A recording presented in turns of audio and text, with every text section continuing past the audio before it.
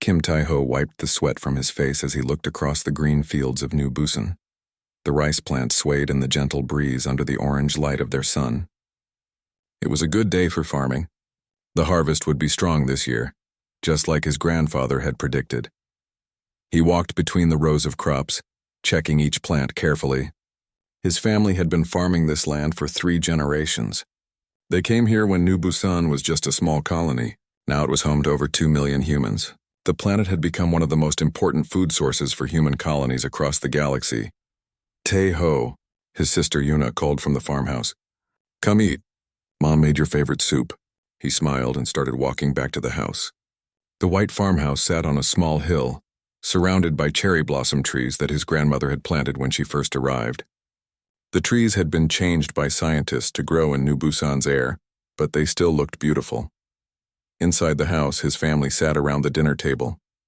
His mother, father, and younger sister Yuna were waiting for him.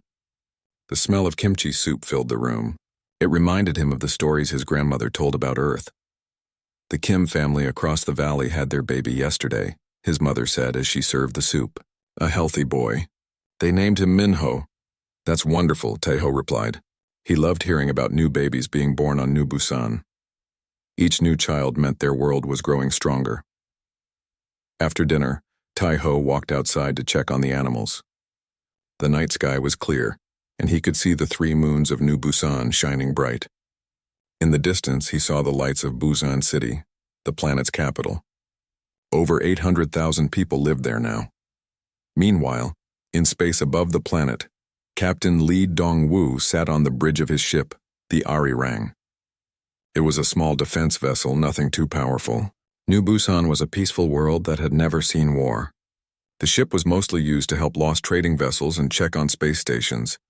"Captain," said his communications officer, "we're getting reports of unknown ships at the edge of the system."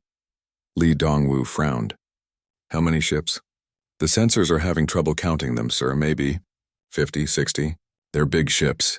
The captain felt a cold fear in his stomach. 50 unknown ships was not normal. No one visited New Busan with that many vessels. "Try to contact them.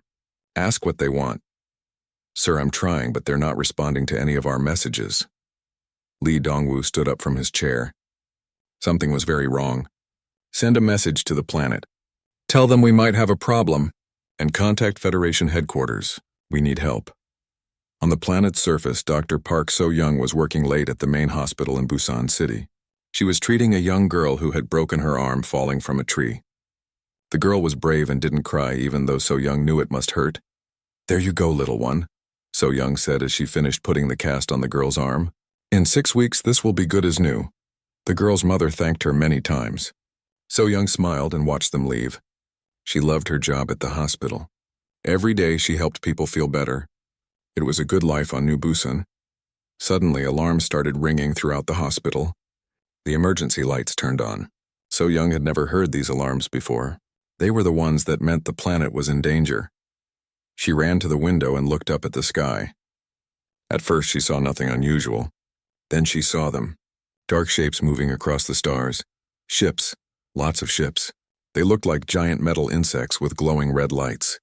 Her hands shook as she watched more and more ships appear. These were not human ships. These were not friendly ships. Back in space, Captain Lee Dong-woo was trying to understand what was happening. His small ship was now facing 60 massive enemy vessels.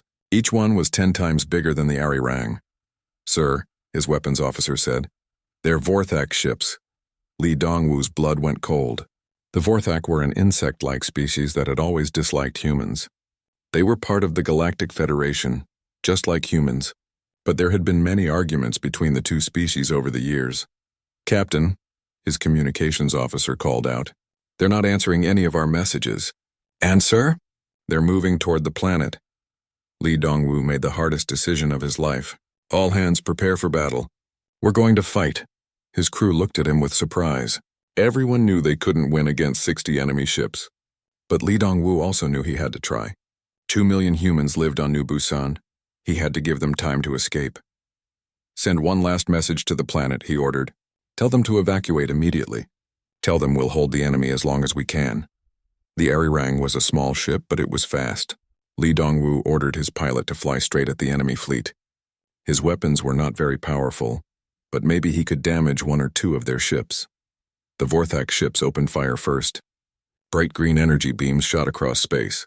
Lee Dongwu's ship shook as the enemy weapons hit their shields. "Return fire," he shouted.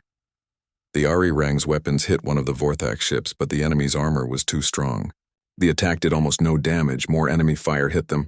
Systems started failing all over the ship. Smoke filled the bridge. "Captain," his engineer called out. "The engines are failing. We can't maintain power much longer." Lee Dongwu looked at the screen showing the planet below. He could see the lights of cities where millions of humans lived their peaceful lives. He thought about the children playing in those cities. He thought about families having dinner together, just like Kim Taeho's family. "Keep firing," he said quietly. "Don't stop until the ship breaks apart." On the planet, Kim Taeho heard the alarms and ran outside. He could see the battle in space. Flashes of light showed where weapons were firing. He knew that Captain Lee and his crew were fighting to protect them. He ran back into the house. "We have to leave," he shouted to his family. "The emergency sirens are telling everyone to evacuate."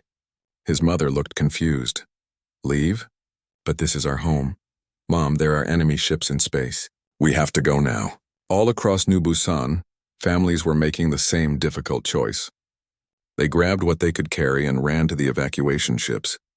But there were 2 million people on the planet. The evacuation ships could not carry everyone. In space, the Arirang finally exploded. Captain Lee Dongwu and his crew died fighting to the very end, but their sacrifice gave some people on the planet time to escape. The Vorthak fleet moved toward New Busan. Their ships looked like horrible metal insects with glowing red eyes. They had come here to kill. Dr. Park So-young was still at the hospital when the first enemy weapons hit the planet.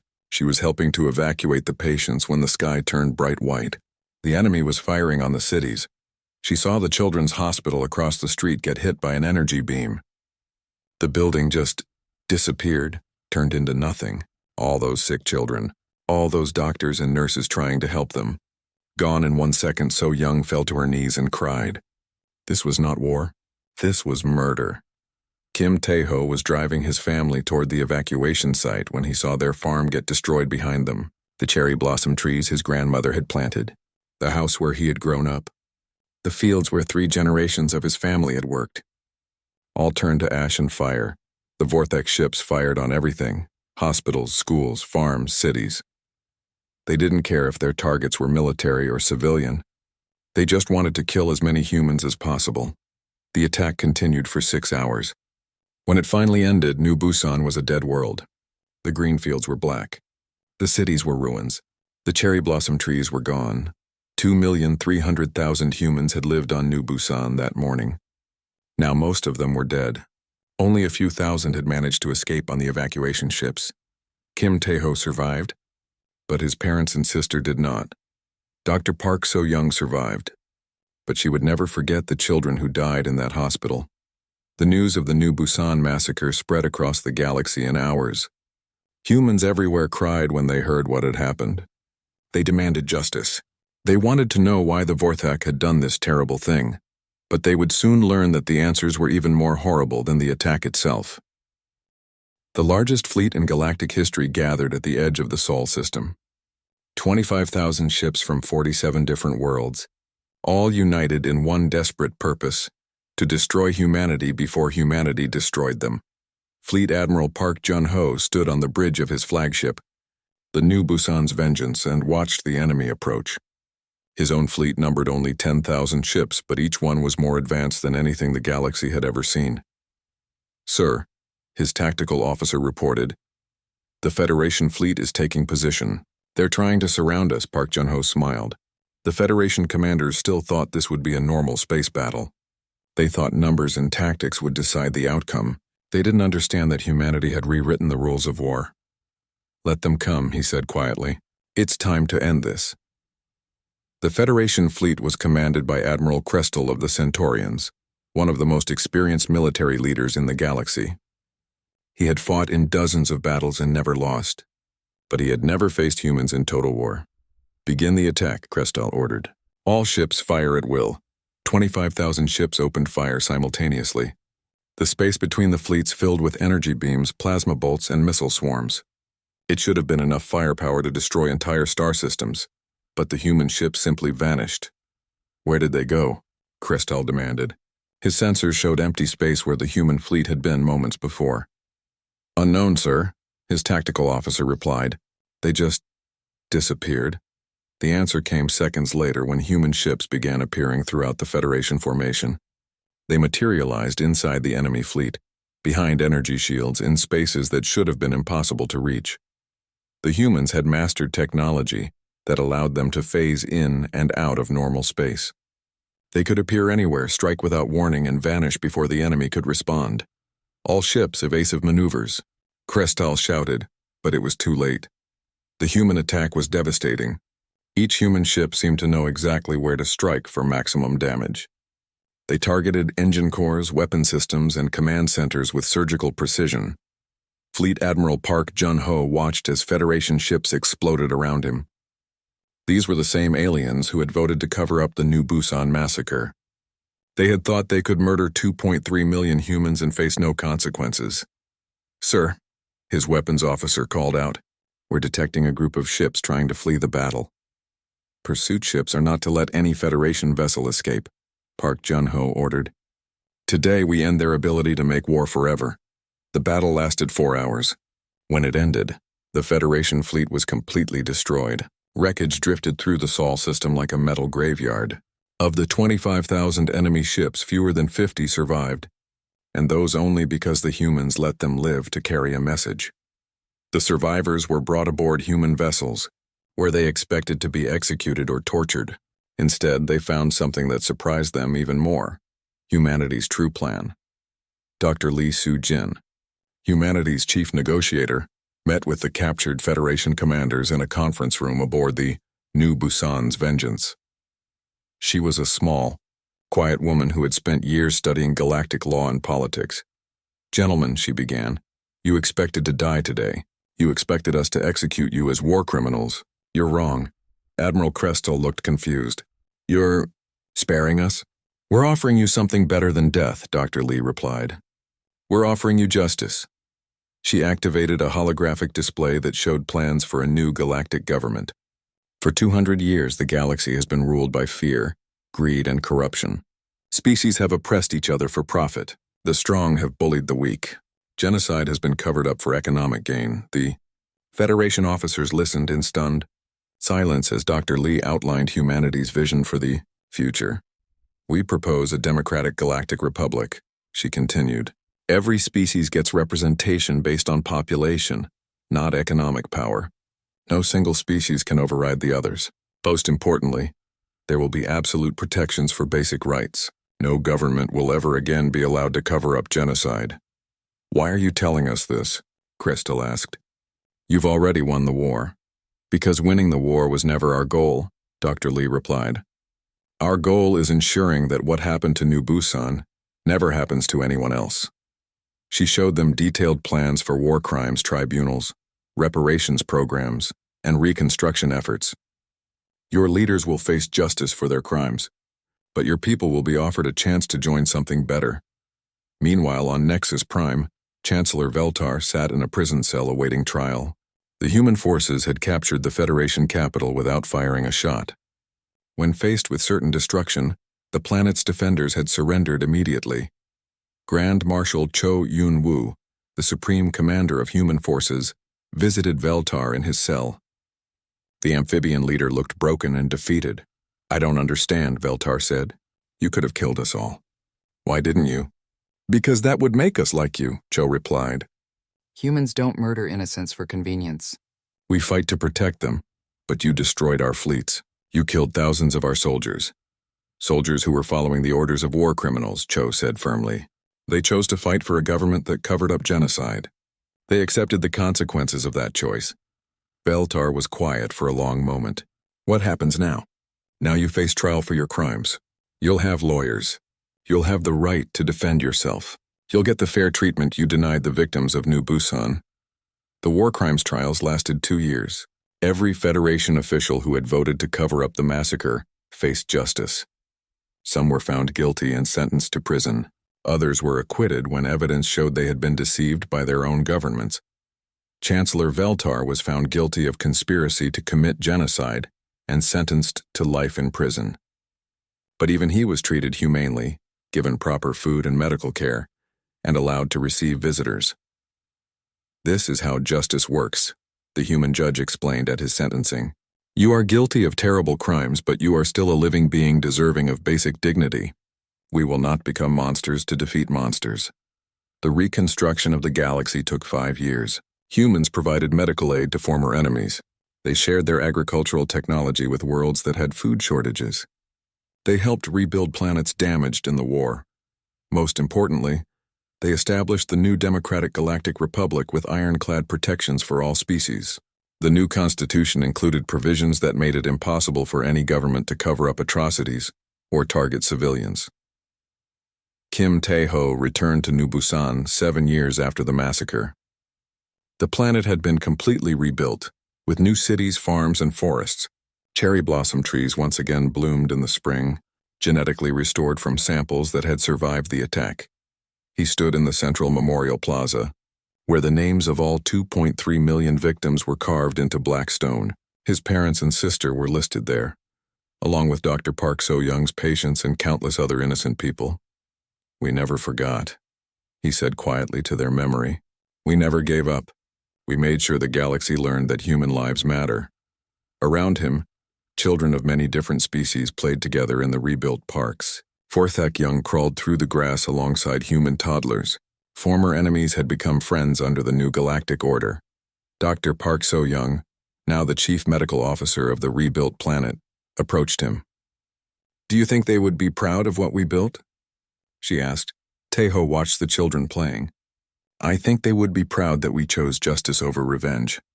We could have destroyed the galaxy, but instead we made it better." The memorial bore an inscription that had become the motto of the new galactic government: "Never forget. Never again. Never forgive those who target the innocent. Always protect those who cannot protect themselves." Admiral Yoon Seo-jun, now retired, often visited the memorial.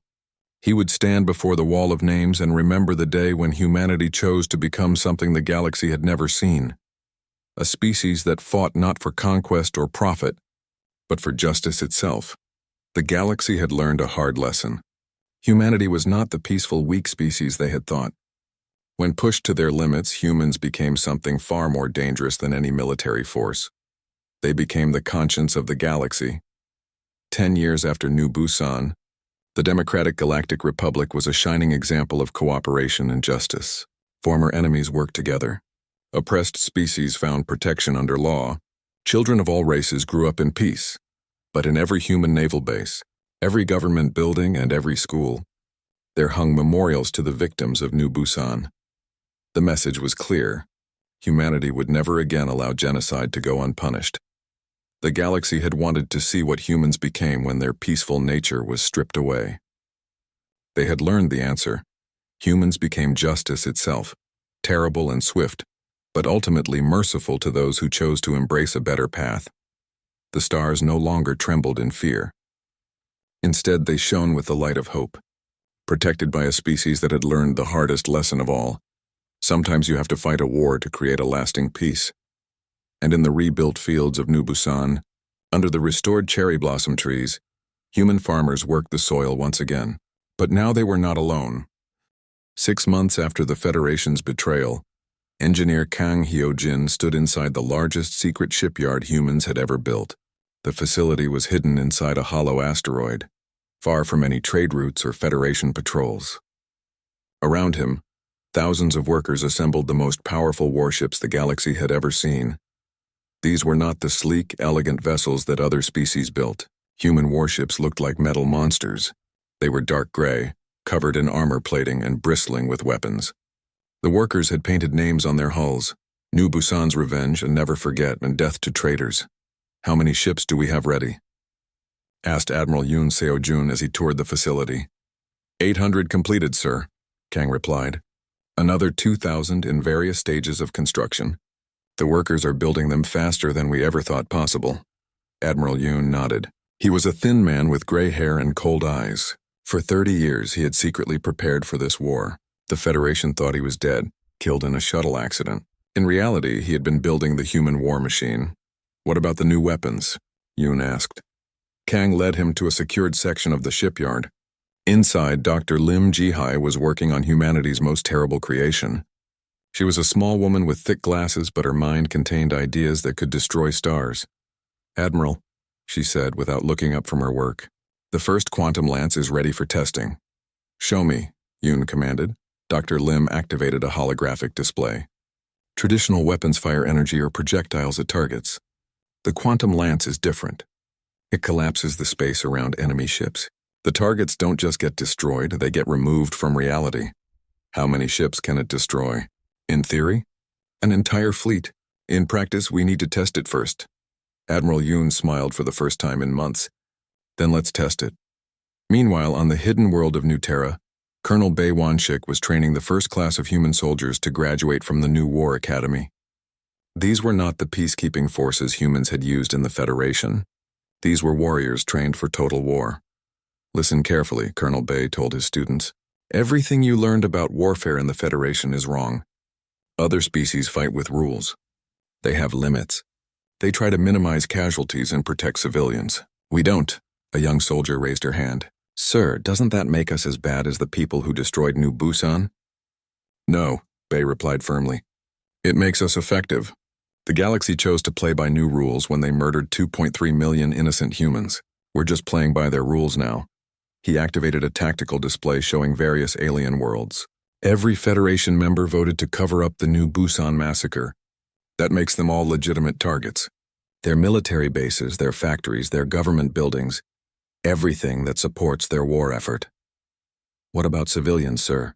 "We don't target civilians, but we don't avoid them either. If they get in the way of military targets, that's not our problem. The galaxy needs to learn that betraying humanity has consequences." The training was harsh. The soldiers learned to fight without mercy, to strike without warning, and to never give up. They studied every weakness of every Federation species. They learned how to cause maximum damage with minimum resources. Back in Federation space, the alien governments were discovering that humans had been much busier than anyone realized. What they thought were simple mining operations turned out to be weapons factories. Research stations revealed themselves to be military bases. Trading posts activated hidden weapon systems. Chancellor Veltar received the first reports in his office on Nexus Prime. His aide, a nervous Centaurian named Dexcol, brought him the bad news. "Sir, we've lost contact with 17 monitoring stations in the Outer Rim," Dexcol said. "Our investigators found them completely destroyed." "Pirates?" Veltar asked hopefully. "No, sir. The destruction patterns are too precise." "And, sir?" "We found human technology at the attack sites." Veltar's large eyes widened. "Impossible. Humans don't have that kind of firepower." "We thought so too, sir. But our intelligence services are reporting strange activity throughout the galaxy. Human facilities that we thought were abandoned are showing energy signatures. Our spies can't get close enough to investigate. More reports came in every day. Human facilities were activating across the galaxy. Ships with human designs were being spotted at the edge of sensor range. Most disturbing of all, human communications had gone completely silent. It was as if the entire species had vanished. "Where are they?" Veltar asked his intelligence chief. "We don't know, sir. Every human has disappeared from Federation space. We think they've all gone to hidden colonies." "How many hidden colonies?" We don't know that either, sir." The truth was that humans had been planning for this war for 50 years. While other species focused on art, culture, and politics, humans had been quietly building military infrastructure throughout the galaxy. They had learned from Earth's history that peace was temporary, but preparation was eternal. Dr. Lim Ji-hai conducted the first test of the quantum lance at a remote location far from any inhabited worlds.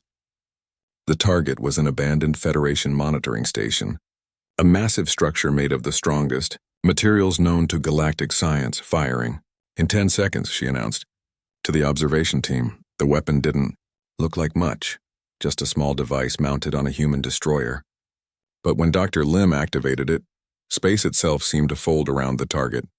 The monitoring station didn't explode or burn. It simply stopped existing. "Target eliminated," the sensor operator reported. "No debris detected, no energy readings. It's just gone." Admiral Yoon studied the data with satisfaction. How long until we can mount these on our fleet? 2 months for the first 100 units, Dr. Lim replied. 6 months for full deployment. Do it. The galaxy's first hint of what was coming occurred when the Vorthak sent a patrol to investigate reports of human ships in their territory. 3 Vorthak cruisers approached what they thought was a small human scout vessel. Captain Shin Bo-ra commanded the human ship Silent Thunder. It was the first of a new class of stealth destroyers, invisible to most sensors and deadlier than anything the Vorthak had ever encountered. Enemy ships detected, her tactical officer reported. 3 cruisers approaching fast. Let them come closer, Shin Bo-ra said calmly. I want them to see what happens when you murder human children. The Vorthak ships fired first, but their weapons passed through empty space. The Silent Thunder had already moved, using technology the galaxy had never seen. Shin Bo-ra's ship appeared behind the enemy vessels like a ghost. Fire all weapons, she commanded. The battle lasted 30 seconds. When it ended, 3 Vorthak cruisers were drifting hulks. Shin Bo-ra sent a message to the survivors before destroying their ships completely. This is Captain Shin Bo-ra of the Human Independence Fleet, she said. Tell your leaders that we remember New Busan. Tell them that we're coming for everyone who voted to cover up genocide. Tell them that humanity keeps its promises. The message spread through Vorthak space within hours. For the first time since the massacre, the insect-like aliens felt fear. But the real shock came when Admiral Yoon released the recordings. For 50 years, human intelligence had been listening to every Federation communication. They had recordings of the secret meetings where the genocide was planned. They had proof of the conspiracy. The recordings played on every communication channel in the galaxy. Citizens of Federation worlds heard their leaders planning the murder of 2.3 million humans. They heard the casual way the politicians discussed genocide, as if they were talking about trade agreements. Riots broke out on dozens of worlds. The Altarian government fell when their people learned about their leaders' crimes. The Centaurian military refused orders from their civilian government. The Aquarians declared independence from the Federation entirely. Chancellor Veltar tried to maintain order, but his government was falling apart. The recordings proved that the Federation leadership had known about the planned attack and done nothing to stop it. The humans are lying, he declared in a desperate speech. These recordings are fake.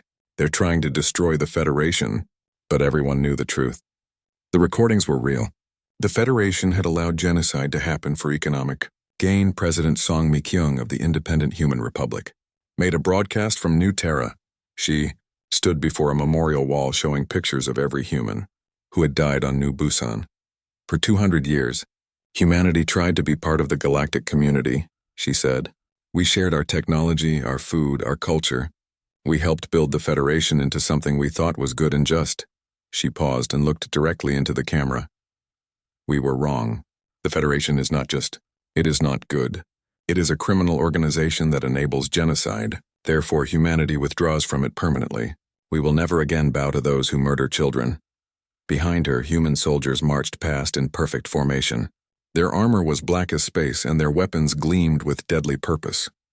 We gave the galaxy a choice, President Song continued. They chose to be our enemies. Now they will learn what that means. The broadcast ended with footage of the human fleet. Thousands of warships, each one designed for destruction. The galaxy watched in growing terror as they realized what humans had built in secret. Ambassador Han Min-seo had not slept in 3 days. Her eyes were red from crying and her hands shook as she carried the data pad containing the evidence of the New Busan massacre. She walked through the halls of the Federation building on Nexus Prime, the capital world where all the galaxy's species made their laws. The building was beautiful, with tall glass walls and floating platforms where representatives from 47 different worlds worked together. For 200 years, humans had been proud to be part of this great alliance. Today, Han Min-seo felt sick just looking at it.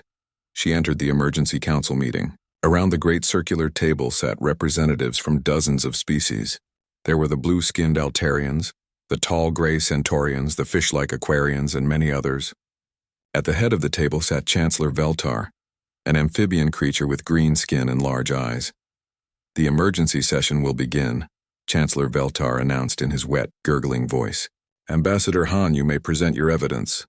Han Min-seo stood up. Her voice was strong even though her heart was breaking. 3 days ago, 60 Vorthak warships attacked the human colony of New Busan without warning. They murdered 2.3 million innocent civilians, men, women, children, babies. They bombed hospitals and schools. This was not a military target. This was genocide. She activated her datapad. The giant screen in the center of the room showed video recordings from New Busan. The council members watched as Vorthak ships fired on helpless cities. They saw hospitals exploding. They saw children running in terror. Some of the representatives looked away. A few seemed shocked, but Han Min-seo noticed that many of them showed no emotion at all. The evidence is clear, she continued. The Vorthak committed war crimes. They must be punished. Their military leaders must be arrested. They must pay for rebuilding what they destroyed. And they must explain why they did this horrible thing. She sat down and waited. Surely the council would be outraged. Surely they would demand justice for the murdered humans. Chancellor Veltar was quiet for a long moment. Then he spoke, and his words changed everything. The council has reviewed this incident, he said slowly. We have also heard from the Vorthak representatives. They claim that the world you call New Busan was built on their ancient spawning grounds. They say humans were trespassing on sacred Vorthak territory. Han Min-seo jumped to her feet. That's a lie. New Busan was uninhabited when we arrived. Our scientists checked the entire planet. There were no signs of any previous civilization. The Vorthak have provided evidence of their ancient claim, Veltar replied. The council accepts their explanation. Evidence? What evidence? Show me. The evidence has been classified for security reasons. Han Min-seo stared at him in disbelief. You're covering up a genocide based on classified evidence that no one can see? The council has made its decision, Veltar said firmly. This was a territorial dispute, not an unprovoked attack. Both sides share blame for this tragedy. Both sides? Han Min-seo's voice rose. We share blame? For being murdered in our sleep? The Vorthak representative, a large insect-like creature named Zekthar, stood up. Humans invaded our sacred world, he said in a clicking, buzzing voice. We defended what was ours. If humans had asked permission first, no one would have died. You're lying, Han Min-seo shouted. You murdered 2.3 million people. Children, babies. Enough, Chancellor Veltar commanded. The matter is settled.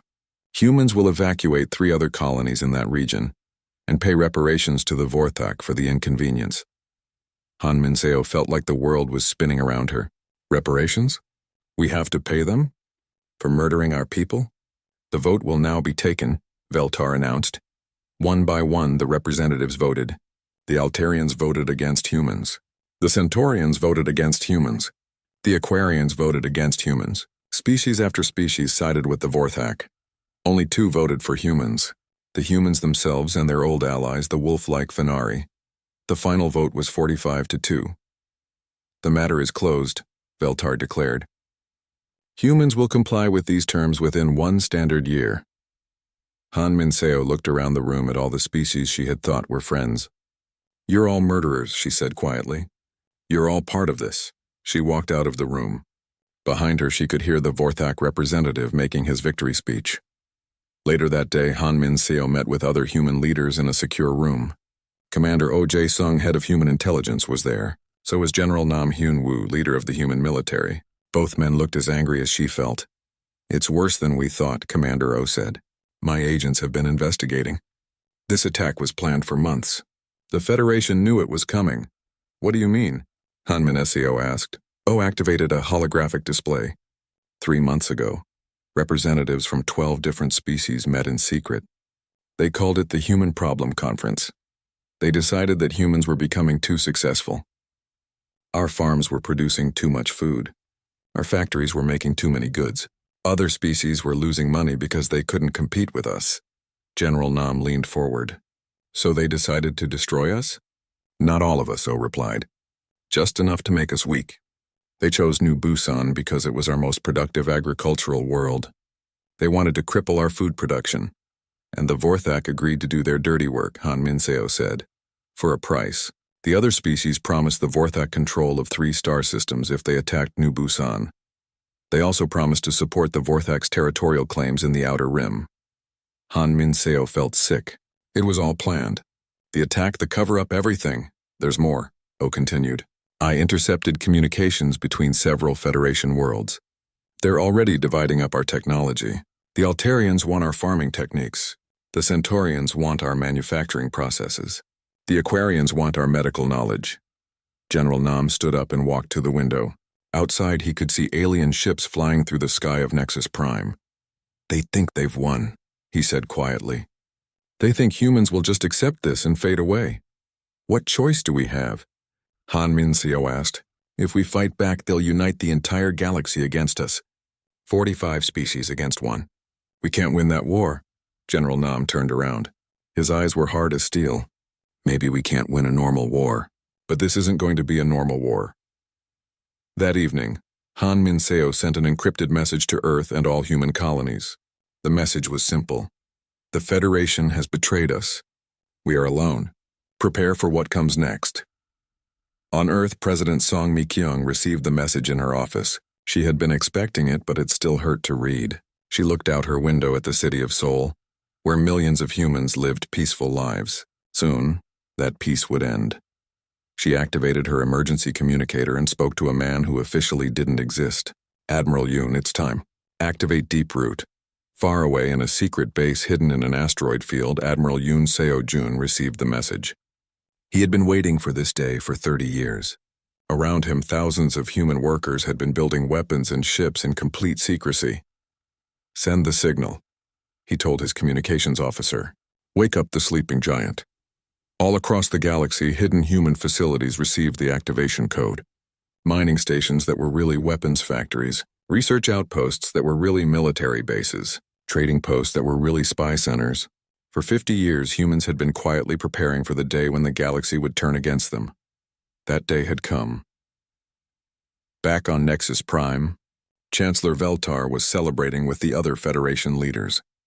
They had wine from a dozen different worlds and food from the finest restaurants. To the solution of the human problem, Veltar said, raising his glass. The other representatives cheered and drank. They thought they had won easily. They thought humans would just disappear quietly.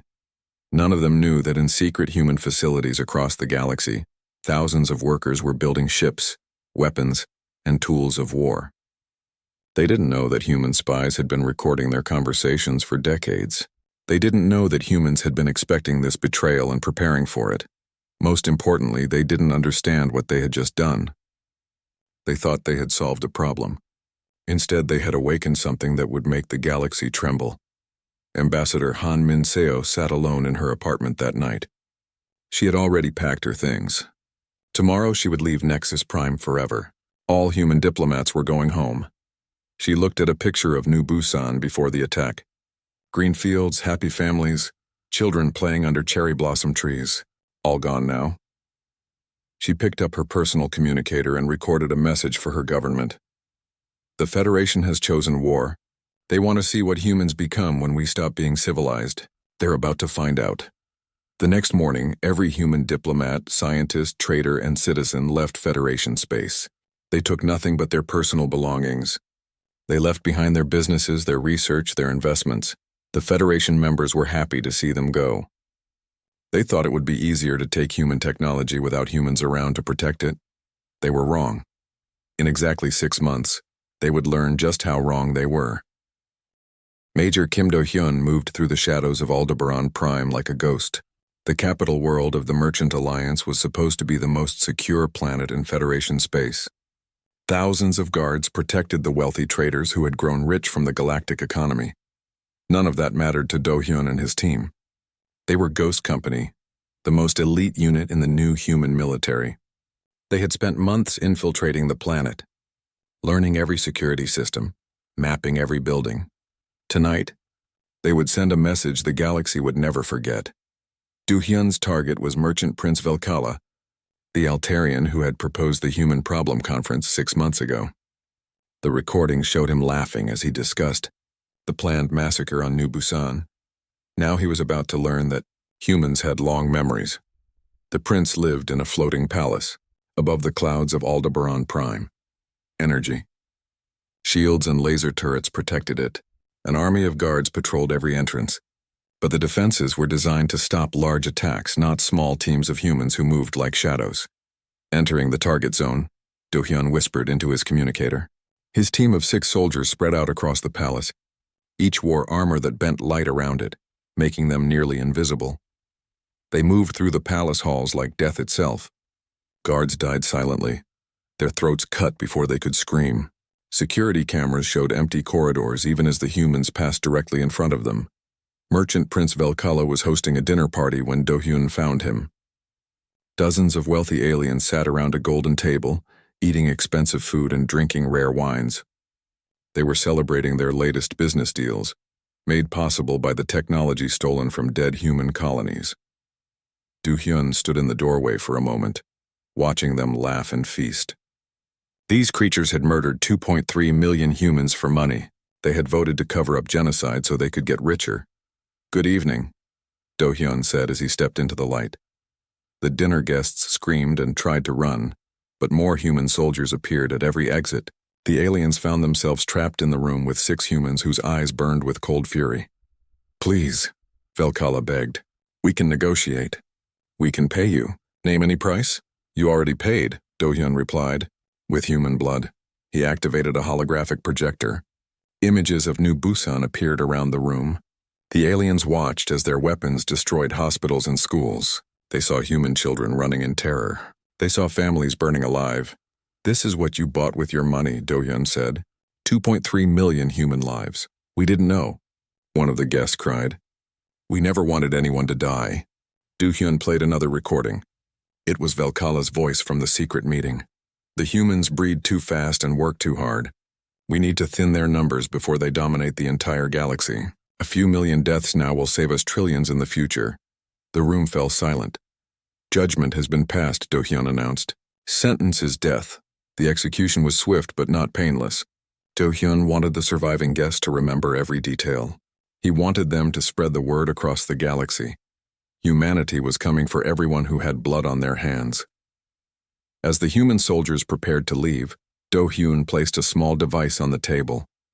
It projected a message that would repeat for hours. "This is the price of genocide. This is what happens when you murder human children. We are coming for all of you. We remember. We do not forgive. We do not forget."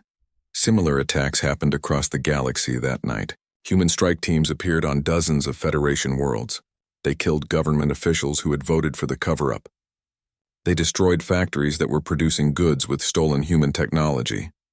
They assassinated military officers who had helped plan the New Busan massacre. The attacks were perfectly coordinated. Each team knew exactly who to target and why. The humans had spent months studying their enemies, learning their habits, discovering their weaknesses. Most terrifying of all, the humans always left evidence of their targets' crimes. They showed recordings of secret meetings, financial records of illegal deals, and communications proving guilt.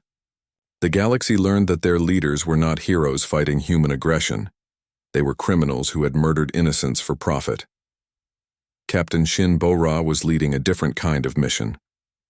Her stealth destroyer Silent Thunder had penetrated deep into Vortex space, the heart of the empire that had actually pulled the triggers on New Busan. The Vorthak homeworld of Zektaria was heavily defended. Hundreds of warships orbited the planet. Energy shields protected major cities. Orbital defense platforms could destroy entire fleets. None of it could stop a ship they couldn't see. "Target identified," her tactical officer reported. "Vorthak Supreme Command, Central Military Headquarters. Any civilians in the area?" Shin Bo-ra asked. "Negative, Captain." "It's a pure military target." "Then let's remind them what they did to our civilians." The Silent Thunder fired a single torpedo. But this was not an ordinary weapon. It was equipped with new human technology that could pass through energy shields as if they didn't exist. The explosion could be seen from orbit. The entire Supreme Command complex vanished in a ball of white fire. With it died the Vorthak generals who had ordered the murder of 2.3 million humans. Shin Bo-ra broadcast a message to the planet below.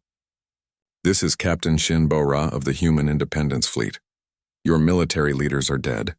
Your fleets cannot protect you. Surrender now, or face the same fate as New Busan."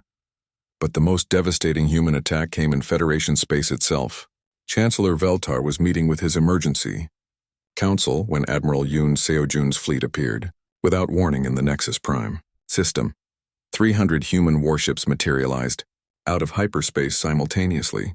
They surrounded the planet in perfect formation, their weapons aimed at the surface. "This is impossible," Veltar's military advisor gasped. "Our sensors detected nothing. How did they get so close?" The answer came in a transmission from Admiral Yoon himself. His face appeared on every screen in the Federation capital. He looked older than when the galaxy had last seen him, and his eyes held no mercy. "Citizens of the Federation," he began, "6 months ago your leaders voted to cover up the genocide of 2.3 million human beings. They thought they could murder our people and face no consequences. They were wrong. Around the planet, human ships began targeting government buildings, not civilian areas, just the structures where the criminals worked. We demand the immediate surrender of all Federation officials who voted to protect the Vorthak murderers," Yoon continued. "We demand reparations of 500 trillion credits for the victims of New Busan. We demand the dissolution of the current Federation government and the establishment of a new galactic order based on justice, a profit. And if we refuse," Chancellor Veltar transmitted back. Admiral Yoon's smile was cold as space. "Then you will share the fate of New Busan." To prove his point, Yoon ordered a demonstration.